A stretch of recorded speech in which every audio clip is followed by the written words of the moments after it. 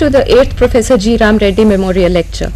This lecture series has been instituted in the memory of the founder Vice Chancellor of Indira Gandhi National Open University, Professor G. Ram Reddy.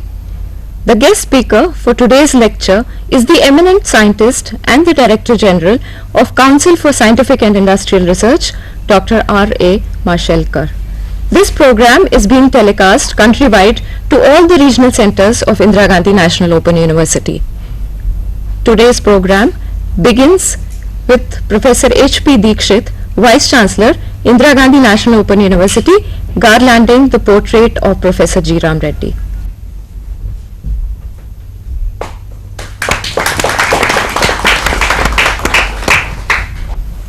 Dr. Mashelkar is one of the most outstanding scientists of our country.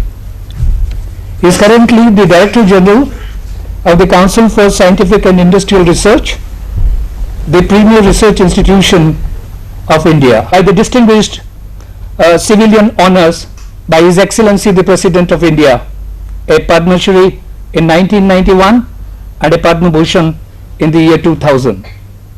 It's a matter of great privilege for IGNOU and the IGNOU fraternity that Dr. Mashelkar will share his vision for building innovative India of the 21st century. Sir, we extend to you a very hearty and cordial welcome to our campus. I now request the Vice Chancellor, Professor H.P. Dikshit, to please deliver the presidential address.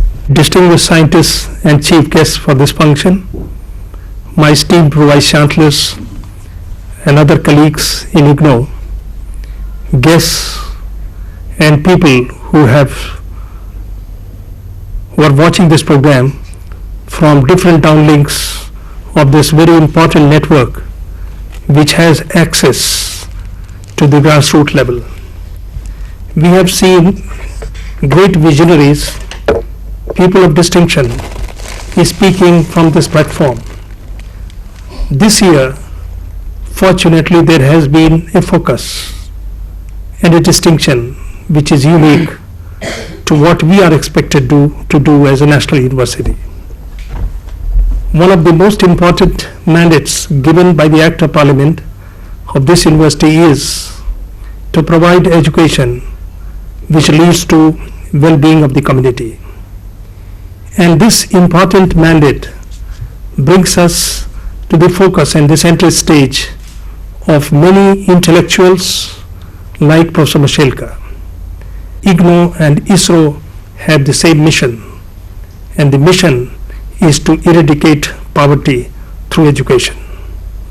I am very pleased to mention that the dialogues that I had with Professor Mashelkar did reflect this theme, providing knowledge wherever it is developed, in whatever advanced form is developed, to the people who need it the most. Regarding intellectual property rights, again, it was a coincidence that we started having a dialogue with World Intellectual Property Organization without knowing that Professor Mashelkar is not only an authority in IPR but is also closely connected with WIPO. We decided to start first an awareness program even before we start with the WIPO IGNOU postgraduate diploma, which is to be launched in January 2004. And I am very pleased to mention to Professor Mashelkar that the time frame that he had given to us, that by July 2003 we should be able to start this awareness program, we are ready. And it is here that Professor Mashelkar has been trying very hard to bring it to the knowledge of the scientists and experts that one of the major responsibilities that lies on our shoulders is to disseminate knowledge, allow it to be used for the people who need it and who are paying for it. If you remember, Pandit Jawaharlal Nehru in his address on the eve of independence, India did say that one of the greatest responsibilities that nation should take as a task is to eradicate poverty through education. With these words, I now request my chief guest to deliver his address. Professor Dikshit, Professor Pant, Professor Garg, distinguished invitees for this lecture, members of the IGNOU family, ladies and gentlemen. May I begin by saying that it's a very special honor, a very special privilege to have been asked to deliver the 8th annual G. Ram Reddy Memorial Lecture. I really appreciate this opportunity to pay my own tributes to a great visionary, a great thinker, whom I had the pleasure of meeting with and interacting with. I was really very impressed by the humility of the individual and his ideas, which actually laid the base of a different dimension of education in this country. The way IGNOU has been able to reach by transcending time and boundaries and geography, I believe is extraordinarily impressive. Professor Dixit, I'd like to begin by congratulating you on behalf of this nation, the great work that is being done by IGNOU. I also feel gratified when I see the list of very illustrious, very distinguished speakers who had delivered this lecture in the past. Among many other things, Dr. Ram Reddy's dream was to create a new India that will lead and not follow. This India, if it has to lead and not follow, then it has to be an innovative India. And therefore, I am going to speak to you about building innovative India of the 21st century.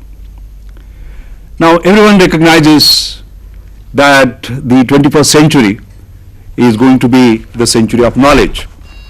And indeed, nations which have developed mastery in the production of knowledge, its dissemination, its conversion into wealth and social good, and its protection, have assumed a leadership position in the world today. But it must be recognized that knowledge without innovation is of no value. It is through the process of innovation alone that new knowledge can be created from existing knowledge. It is again innovation which converts knowledge into wealth and into social good. If we look back, we find that India was a great leader in innovation several centuries ago. Indeed, since the Indus Valley civilization of about 5,000 years ago, innovation has been the part of the Indian culture and the basis of its civilization. Our innovations were diverse and pioneering. They included remarkable town planning. They included the use of standardized burnt bricks for dwelling houses and interlinked drainage systems. They included wheel-turn ceramics and solid wheel carts. The dockyard at Lodhal is regarded as the largest maritime structure ever built by a Bronze Age community. The discovery of zero and the decimal place value system by Indians dates back to the Vedic period. Our pioneering work in algebra, trigonometry and geometry was truly outstanding. Indian innovations in medicine, especially in Ayurveda, not only aimed at the cure of diseases, but more importantly on the preservation of health, lifelong health. The innovations in surgery included pioneering efforts in laparotomy, lithotomy and plastic surgery. The iron pillar at Delhi, which testifies to the achievements in metallurgy some 1500 years ago, is truly inspirational even today. Indian civilization was characterized by scientific thought, capabilities and techniques at levels which were far more advanced than others.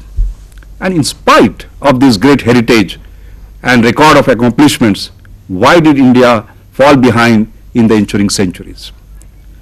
When the scientific and industrial revolutions took place in the West a few hundred years ago, there was a period of stagnation in India. Lack of development over this period was a result of hierarchical approach, irrational subjective thinking and build-up of superstitions and superficial ritualism. The earlier great traditions were allowed to decay. a highly feudalistic structures of society developed. It was in this state of the society that India came under the colonial domination. During early part of the 20th century, some development, indeed remarkable developments in science did happen because of the efforts of some outstanding Indians who worked over 3/4 of a century prior to Indian independence. They included names such as Sir C.V. Raman, S. Ramanujan, P.C. Ray, J.C. Bose, S.N. Bose, and so on, a spectacular array of thinkers. These were the products of the ferment in the Indian society which had motivated the freedom struggle. But by and large, compared to other nations, inhibition and imitation in the society was evident during a substantial part of the 20th century. We lost the leadership position. This cannot continue into the 21st century. We must regain this position with determined action. We have an opportunity today to start the resurgence of an innovative India. What do we need to do? We need to build new social, legal, and economic structures that will support innovation. We need to make the symbol I in India to stand for innovation. I am convinced that just as we had launched a freedom movement which freed us from the stronghold of foreign powers, we must launch an Indian innovation movement now so that India can assume its rightful place in the 21st century in the Community of Nations, and the time to do it is now at the dawn of the new millennium. What gives us our confidence?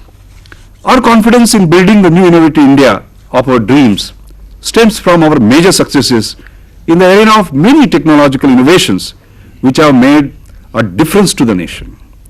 Some prominent examples include the Blue Revolution, the revolution in the space.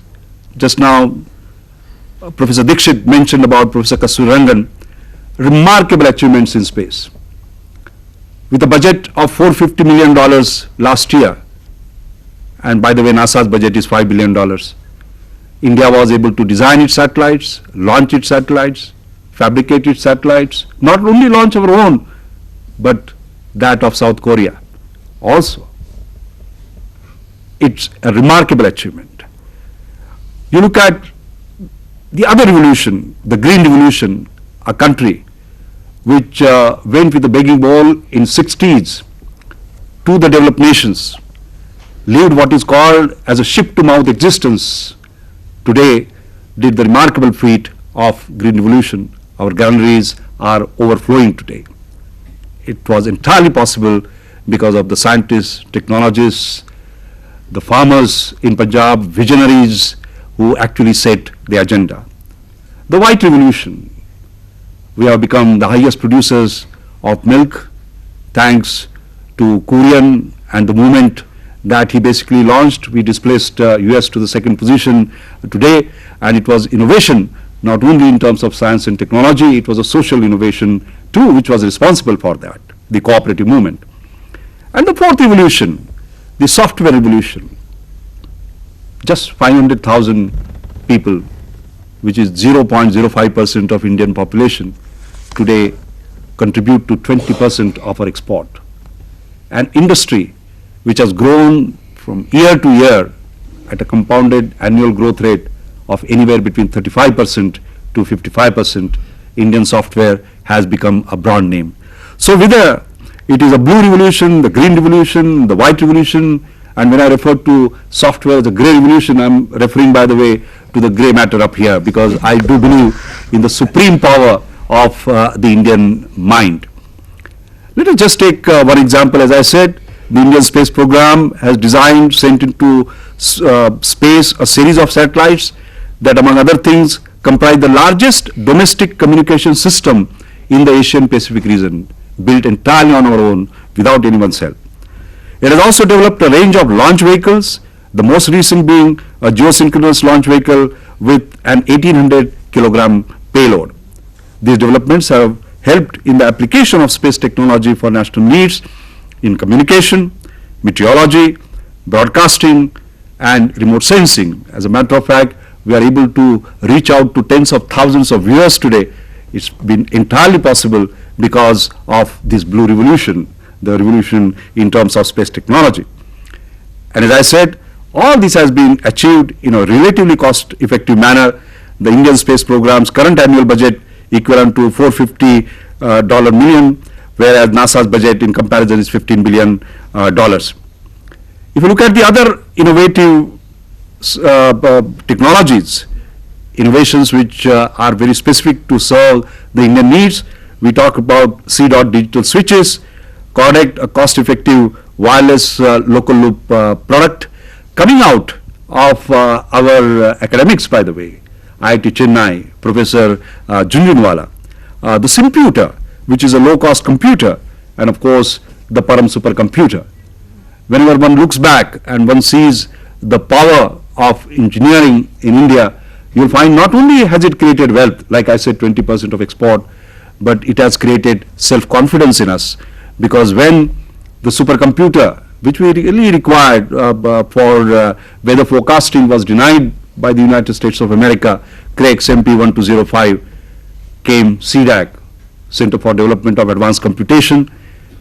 $10 million were given, 3 years were given, and the delivery came in less than $10 million, less than 3 years. We were able to even export this Simputer abroad.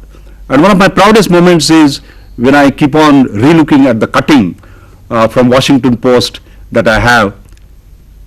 When we did this particular trick of even exporting, the Washington Post carried a story which said, and angry India does it. India, having been angered, having been denied, developed its own supercomputers and even exported it. Of course, my problem always has been, why are we not permanently angry? We can make a big difference. So this is an example of denial-driven innovation. This illustrates that India has the potential to tackle highly advanced technological issues if they are given the proper motivation. The scientists, the technologists are given the proper motivation. What is the landscape of technological innovation in India? It is not static, it is dynamic, it is continuously evolving. It has undergone a number of positive developments over the past decade. Let us reflect some of these. There has been a paradigm shift that is reflected in a move from research as an end in itself to research coupled with technology development at the linkage being increasingly driven by socio-economic needs. The perspective has also shifted from primarily a local or a national focus to a global one, with the globalization of research and development being a major driving force. This has resulted in some major transitions. For example, the pharmaceutical sector that was based on formulations of imported drugs in 1960s has slowly enhanced its innovative capacities and is now gearing up to compete with the global players, some of the best in the world. And realizing the power of Indian intellect, we have seen more than 100 top companies from abroad set up their R&D centers here in India. I remember among these R&D centers is an R&D center by General Electric. Now, General Electric is a company which has a turnover of something like $150 billion. $1 billion is about 5,000 crore rupees, so you can see what a big size company it is. But they have set up an R&D center in Bangalore, which has today around 1,800 people, and they are expanding it to 2,400 people. That will be their largest R&D center. Now, why should a company from United States of America come all the way and set up their R&D center in Bangalore in India, and that to their largest? The answer came when Jack Welch, the chief executive officer, was explaining why they were there to a press conference, and what he simply said was, we are here because the best intellectual capital that is available in the world is in India. Indian mind is a mind that is supreme. I believe that is the confidence they have in us. Should we not be developing that confidence in ourselves? That is the question. I'm also happy to see that technology entrepreneurship has begun to establish itself. While creation of high technology startups has been dominated so far by information technology services and software, there is also activity in knowledge intensive sectors such as biotechnology and IT hardware. There is also an emergence of innovative models of entrepreneurship. The Telnet Group at IIT Madras, for example, IIT Chennai, has spun off with faculty, student and alumni involvement a series of firms that are engaged in a range of activities from IT product development to provision of technology-based services. The point I am trying to essentially make is that the academics who do Saraswati Puja rarely connect this particular path from Saraswati to Lakshmi. And many of the advanced nations that include United States of America have perfectly understood this particular path of Saraswati to Lakshmi. All right, that is how the Silicon Valley phenomenon basically took place. And I'm very happy to see that our young graduates from IITs are beginning to understand this power. What are India's major strengths in technological innovation? On the human resource front, India has the largest pool of qualified engineers in the world. We are ranked as number 1, by the way, in 46 countries. The 7th largest pool of R&D personnel, research and development personnel, and a large cadre of expatriate scientists, technologists, and entrepreneurs who are increasingly engaged with their home country, particularly in recent times, as we have seen. On the institutional front, India's assets include numerous institutions of higher learning, as well as impressive array of research centers and laboratories that focus on a large range of scientific and technical problems. For example, my own CSIR, Council of Scientific and Industrial Research, which has 38 laboratories with around 22,000 people, is the largest chain of publicly funded research and development institutions who are doing industrial research and development in the world. India has a huge domestic market and potential customers numbering a few hundred millions. We have an economy that has grown at almost 6% per year over the last decade, and not many countries have done so. There are exceptional leaders within the government, academia, in the business domain who are promoting and catalyzing institutional transformation, both revolutionary as well as evolutionary, in a range of ways. There are increasing number of individuals, both within the country as well as outside it, who serve as role models for technology entrepreneurship. What is the new direction that the Indian technological innovation needs? Our technological innovations must now be redirected for solving the major problems that the nation faces today. Let me illustrate this by taking only one issue. We have about 200 million adults that cannot read or that cannot write. Our illiteracy is reducing only at the rate of 1.5% per annum. We have constraints of trained teachers. After all, teaching 200 million illiterates is not an easy job. It requires large number of teachers. The use of conventional methods of learning is from alphabets to words, which requires 200 hours of instruction. If these conventional methods are used, then we will need 20 years to attain our literacy level of 95%. Can we afford it? No, we can't afford it. This is too long. We therefore must find out new innovative ways of solving the problem. Look at what the great doyen of Indian IT industry, F.C. Kohli, who headed TCS, Tata Consultancy Services, has done after his retirement. He has developed a computer-based functional literacy method. It focuses on the reading ability.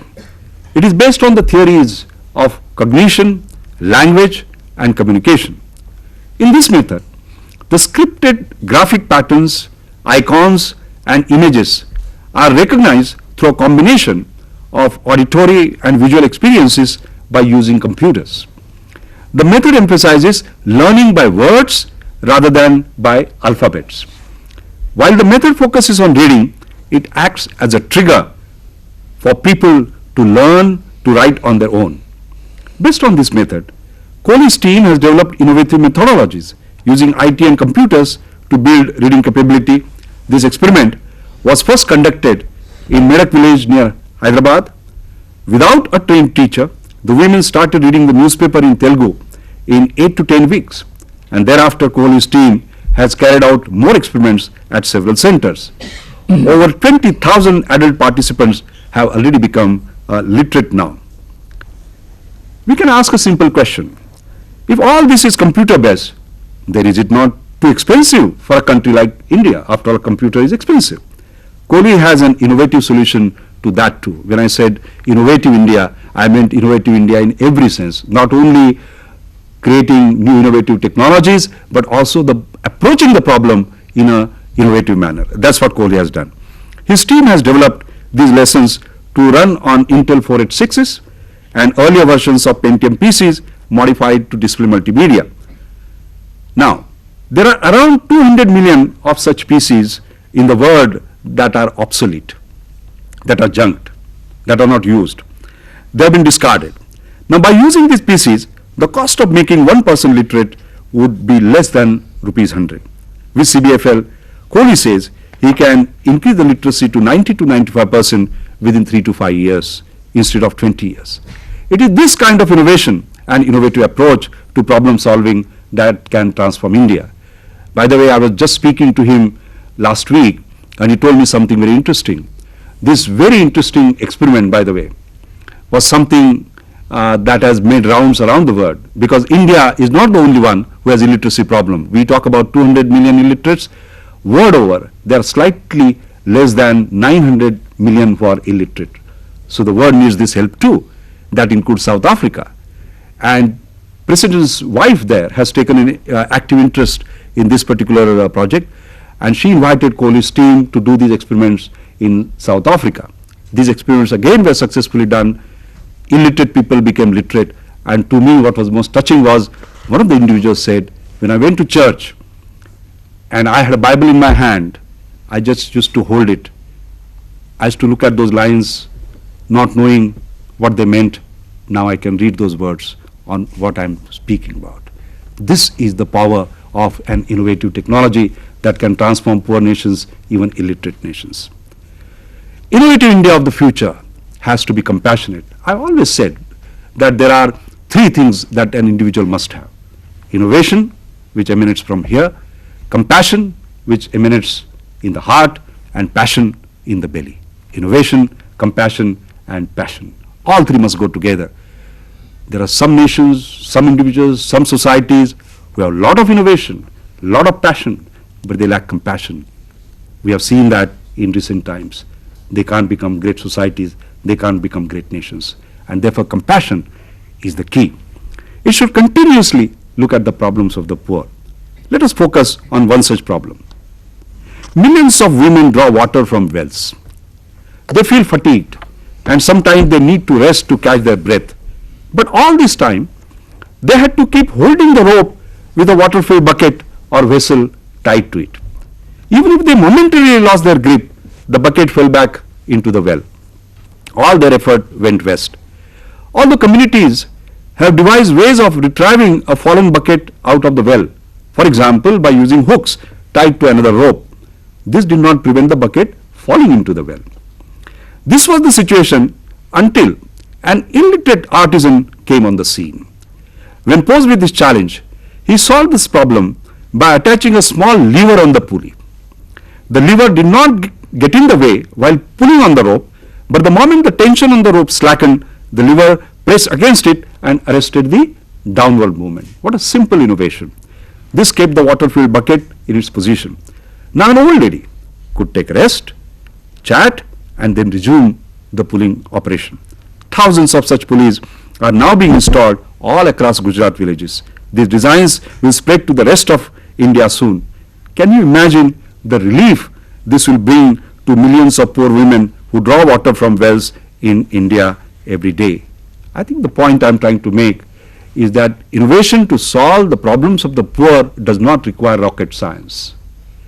As you know, for example, a lot of young children used to have diarrhea and die because of dehydration. If you use the conventional method, which is used in the West, you require a liquid drip intravenously, which used to cost few tens of dollars per child, which nobody could afford. And it was a simple rehydration therapy with salt and sugar, which actually could save not only a child, but tens of millions of them, basically. That simple innovation was again done by someone who had compassion at heart and the needs of the poor at heart. That's the point I'm trying to make. The question we should ask ourselves is why is it that the design of a pulley to draw water from the well remain unchanged for 2000 years? 2000 years. Indeed, a more general question is this: why do such problems that affect millions of people every day not get solved through the use of existing scientific models? In the example of this pulley, we should remember that navigators had used a similar concept while pulling the ropes in setting oars in the boats. Further, a chain pulley system in the construction industry also was using similar concepts. That means such innovations were already being made use of elsewhere. Thus the concept was not new, but its application in a real life problem did not happen. New innovative India of our dreams must carry that compassion so that the problems of the poor can be solved. We must harness the talent of the scientists so that value can be added to the local indigenous community. For all this to happen, we must create a new value system where problem solving for the poor and disadvantaged becomes a national mission. Those who contribute to this mission must be made into national heroes. That is why an illiterate artisan who developed this pulley system was acknowledged and rewarded by the National Innovation Foundation that was set up under my chairmanship last year. We need more such innovations which will solve the problems of the poor. How can we then change our mindset and our value systems? Technologies are developed also by local artisans, craftsmen, potters, farmers, weavers, and they are always considered as traditional. These technologies are never included in the fabric of modern technology. How can we bring about this change? I tried an experiment in Pune during the Indian Science Congress in January 2000. As president of the Science Congress, and as you know, in this Science Congress, something like 5,000 scientists from around the country come and participate. Our Honorable Prime Minister inaugurates it on the first day, which is normally the 3rd of January. Nobel laureates, whole range of people come. So as president of the Science Congress, I said, let the Science Congress be Knowledge Congress. Because scientific knowledge is not the only knowledge. Knowledge also gets generated in what you might like to call as laboratories of life in which these people work. Let it be People's Congress. Let scientists not be an exclusive community. We'll show that we value people's knowledge. Where several grassroots innovators participate in our Science Congress. They demonstrated their technologies. None of them spoke English, by the way. We had a session where they made a presentation on their technologies in local languages to around 2,000 scientists. They stood on the same platform from which the Nobel laureates spoke. I must say that they got a bigger applause than even the Nobel laureates. I believe the scientists for the first time realized the power of innovation that takes place in the field. They also saw the innovative and creative abilities of those who were unadulterated by the modern day educational system, if I may put it this way. This realization must now turn to a respect and then to a meaningful partnership. National Innovation Foundation is helping to build such respect and partnership. NIF recognizes the innovations by grassroots innovators, be they farmers, slum dwellers, artisans, school dropouts, even prison inmates, by the way. NIF set up a national innovation competition 2 years ago. To begin with, in the first year, there were less than 1,000 entries, around 950, which increased to 16,000 in the second year. And our Honorable President, Dr. APJ Abdul Kalam, gave away the prizes for the winners. Many of them were illiterate or semi-literate. The winners during the last year included an 8th standard dropout who developed one of the most complex robots that I have seen, 8th standard dropout. The winners included a farmer who developed a cardamom variety which today has over 80% share of the market in Kerala. The winners included again an illiterate individual who had developed a disease-resistant pigeon pea variety which became a big winner. These disadvantaged individuals had shown to us that they can do what they can do by working in laboratories of life by using their powers of observation, analysis and synthesis, just as we scientists do in our laboratories when we use the power of observation, analysis and synthesis. It is time that we sing a song for these heroes and salute this part of India which is as vast as it is innovative. Others recognize them, but we do not. Let me give an example. What do global giants like General Electric and Motorola have in common with a humble tiffin delivery network comprising 3,500 dabbawalas who deliver 1.5 lakh lunch boxes to citizens in Bombay each day? I remember as a student when I went to UD City in Bombay, I used to get this even in monsoons. My mother will prepare hot lunch in the morning, it will be picked up, and unmistakably it will reach me wherever I was. The dabbawalas have the Six Sigma rating of an efficiency rating of 99.999999, which means one error in 1 million transactions, and they are illiterate dabbawalas. This rating has been given to them by Forbes Global, the famous American business weekly. But we did not recognize them. They recognized them. Look at the innovation that these largely illiterate dabbawalas have done. Their secret lies in a coding system devised over the years. Each dabba is marked in an indelible ink with an alphanumeric code of about 10 characters. In terms of price and the reliability of delivery, I am told, say compared to Federal Express system, dabbawalas remain of course unbeatable. Their business models have become a classroom study in some of the management institutes. By giving this one example, all that I am trying to convey is that the innovative potential of the people does not plummet to zero when the people are illiterate or semi-literate. They necessarily have to innovate to survive and succeed, and they do innovate. Our new innovative India will have to be built by concentrating on our youth, which represents the national strength, vitality and vigor. If properly molded, the youth can become the champion of our culture, custodian of our national pride, and trustee of the freedom of the country. But the process of such molding requires the right type of education right from the childhood. Our youth must imbibe the spirit of true innovator. What is an innovator?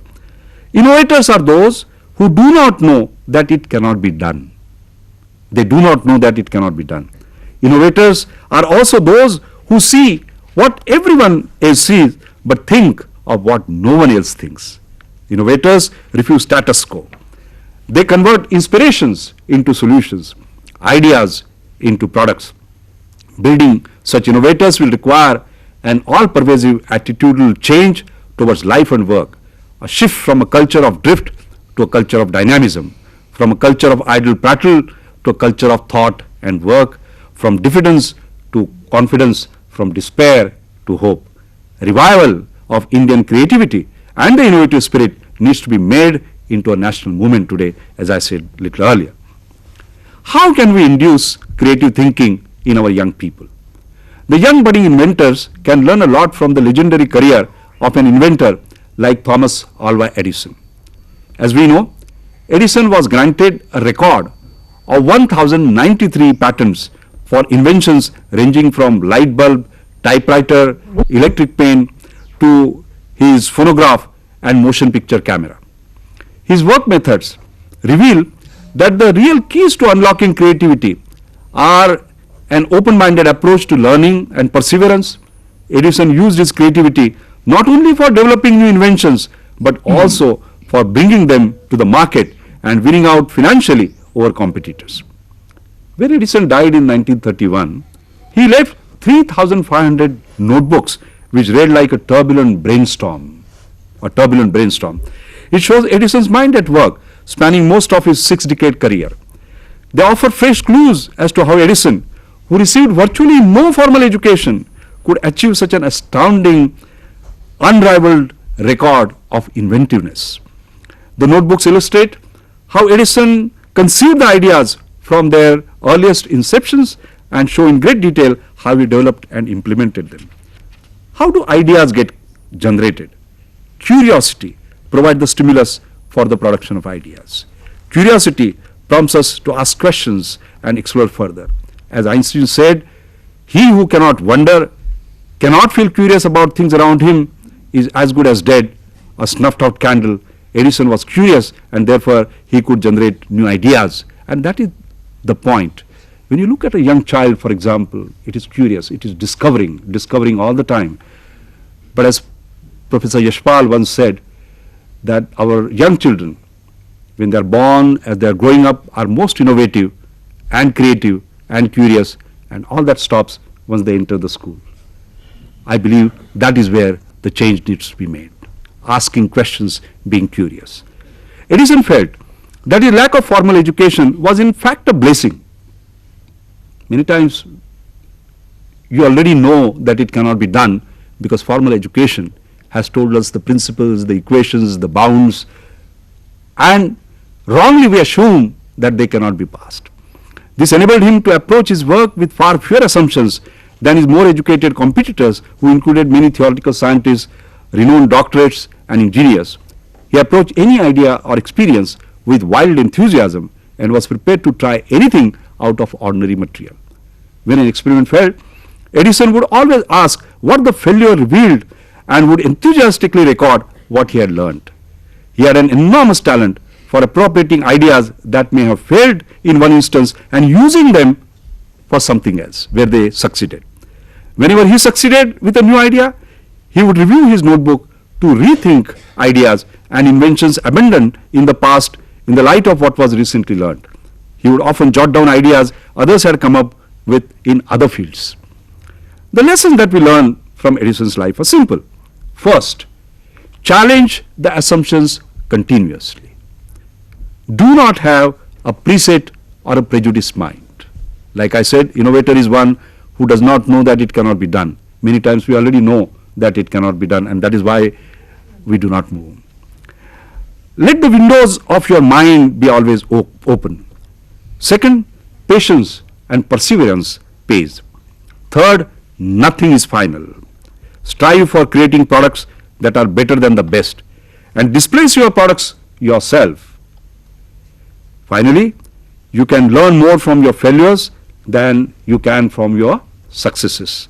So do not be afraid to fail. Take risks. Indeed, risk-taking must become a part of the national innovation policy. In science, as they say, only those are remembered who say either the first word in science or the last word in science. India has not done it often enough. Why? Because among other things, we are not dared, we are not risked, we are not gambled or deliberately funded risky research. While I was the director of National Chemical Laboratory, NCL, in Pune, I decided to fund risky research by creating what is called as a kite flying fund. I said we'll support ideas which aim to attain some unattainable goals, meet some stretch targets, or follow novel strategies in problem solving which have never been used before, And here the chance of success may be 1 in 1,000. This fund generated a lot of excitement. I remember a fierce competition among scientists to think out of the box, and so many innovative ideas sprang up, so many top-class research papers, products emerged after this particular fund was created. When I moved to CSR, we used the kite flying fund concept at NCL to create a new idea fund. We invited the entire chain of laboratories to submit ideas which had explosive creativity and where the chance of success may again have been even 1 in 1,000. During the last 5 years, we have received over 350 new ideas, but we have funded only 15 of them. We are so tough on our criteria on what constitutes explosive creativity, and this initiative has spurred our scientists to aim increasingly higher levels of innovation in CSR, and even individual laboratories are setting up such funds now. The movement has actually started. We must also understand that the challenge is not only that of funding risky ideas, but also spotting and funding mavericks who have the potential to create breakthroughs. Such unusual innovators refuse to preserve status quo. Whereas standard science management practices tend to avoid conflicts, such people create conflicts. They bring in unusual spontaneity and exceptionality to the table. Their incentives are personal and emotional. They are not institutional or financial. Such innovators are sometimes extremely intense. Great innovators like Carothers, who developed world's first synthetic fiber nylon, committed suicide. Diesel, who invented diesel engine, also committed suicide. Managing such intense and creative people requires a subtle understanding of the pain of creation that such people undergo day in and day out. The difficulty with science is often not with new ideas, but in escaping the old ideas. A certain amount of irreverence is essential for creative pursuit in science.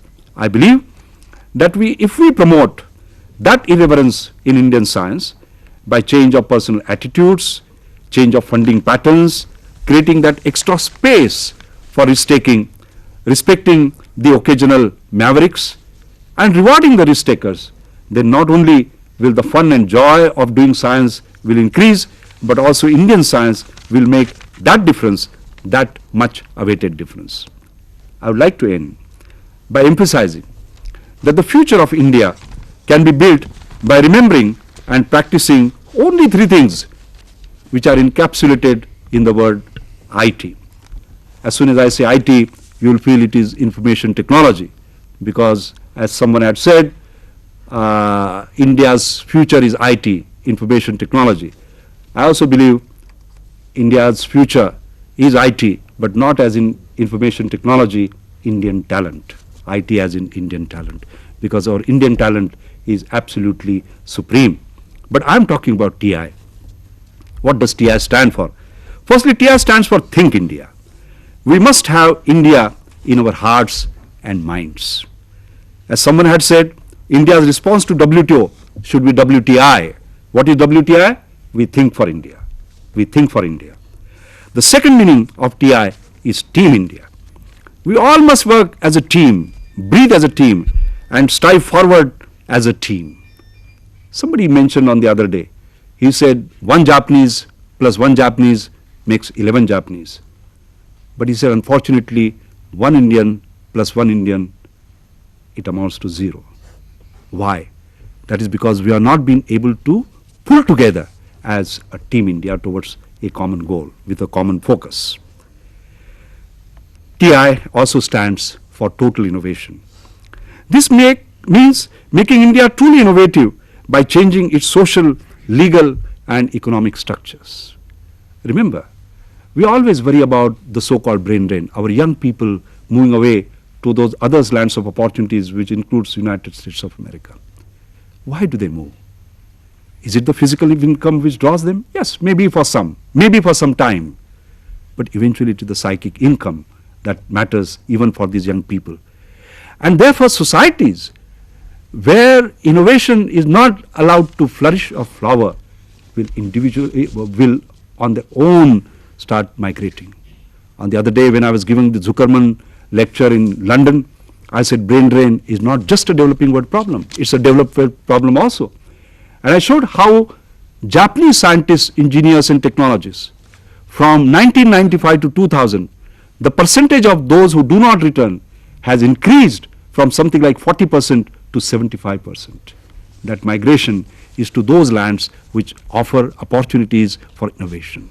And in order that our young people work here, we must create those innovative structures in which they can flower.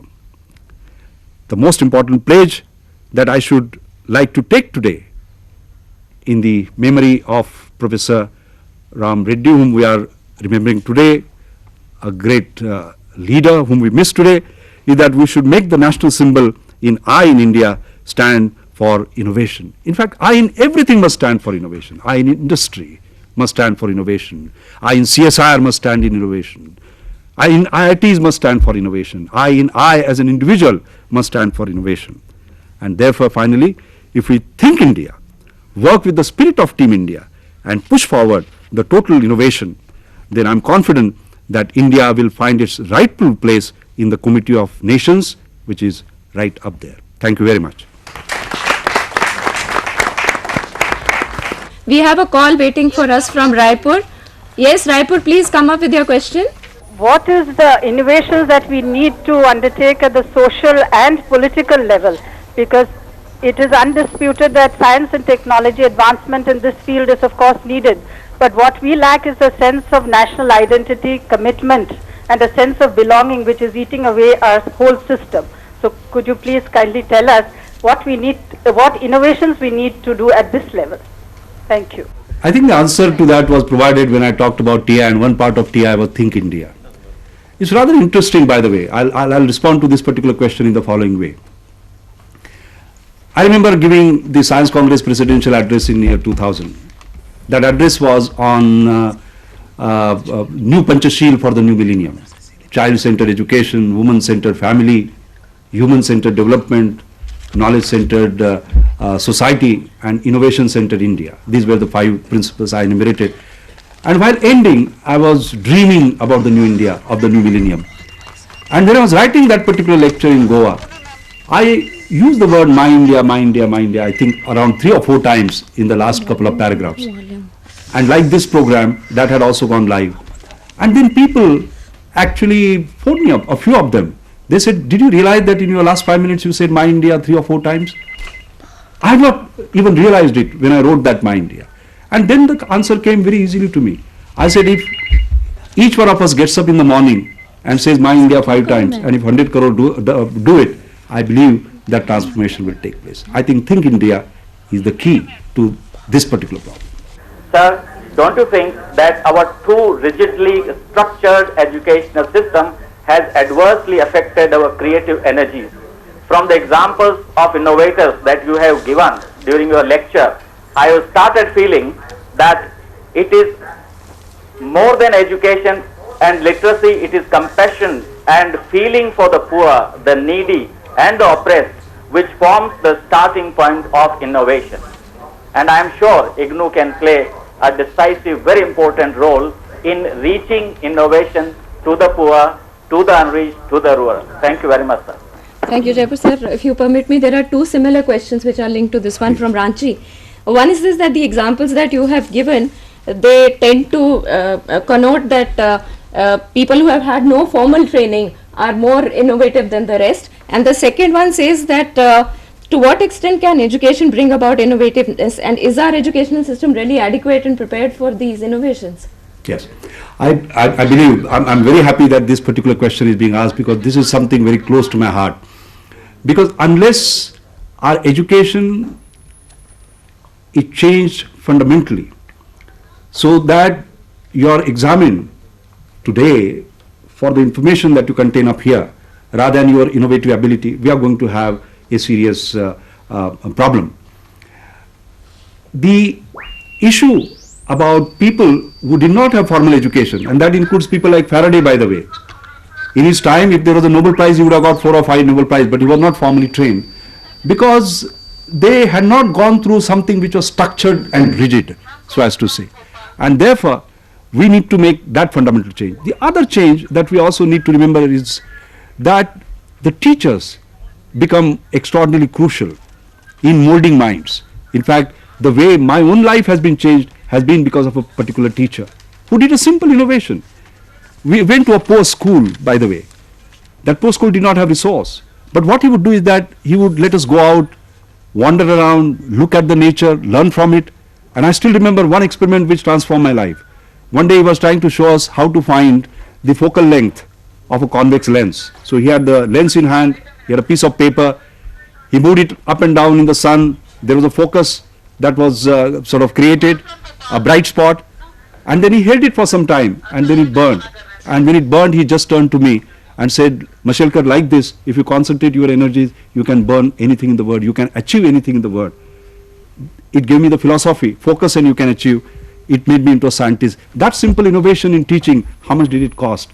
It cost nothing. I believe these are the fundamental changes that we need to make.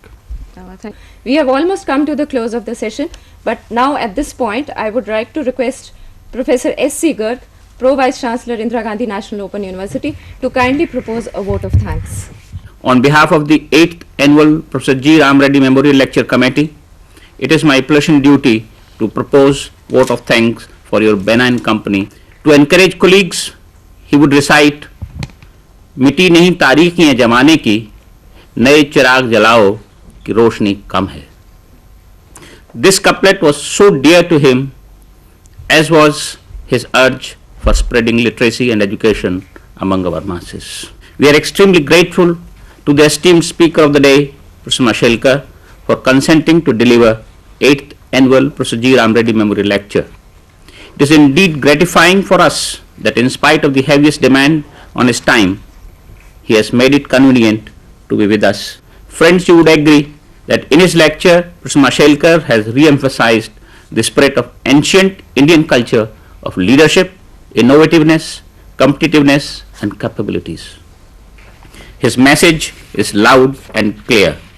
For education to be knowledge superpower, we have to shed self-doubt, embrace positivism, and be innovative. Friends, as a tribute, when Professor Reddy would say that couplet, then came a response to that couplet which was told to me by Dr. Mehta, and I think that is the true homage to this great visionary. तारीकियां तो होती हैं हर जमाने में, सलाम उनको है जो रोशनी जलाते हैं. Thank you. नमस्कार.